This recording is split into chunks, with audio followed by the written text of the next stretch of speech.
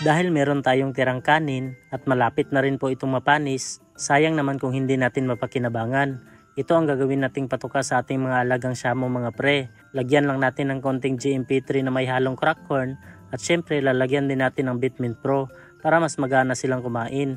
At pagkatapos lagyan lang natin ng konting sabaw para mas manuot-nuot ang Bitmint Pro sa kanilang patuka. I-mix lang natin ng maayos at pagkatapos ay ibibigay na natin sa ating mga alagang shamo.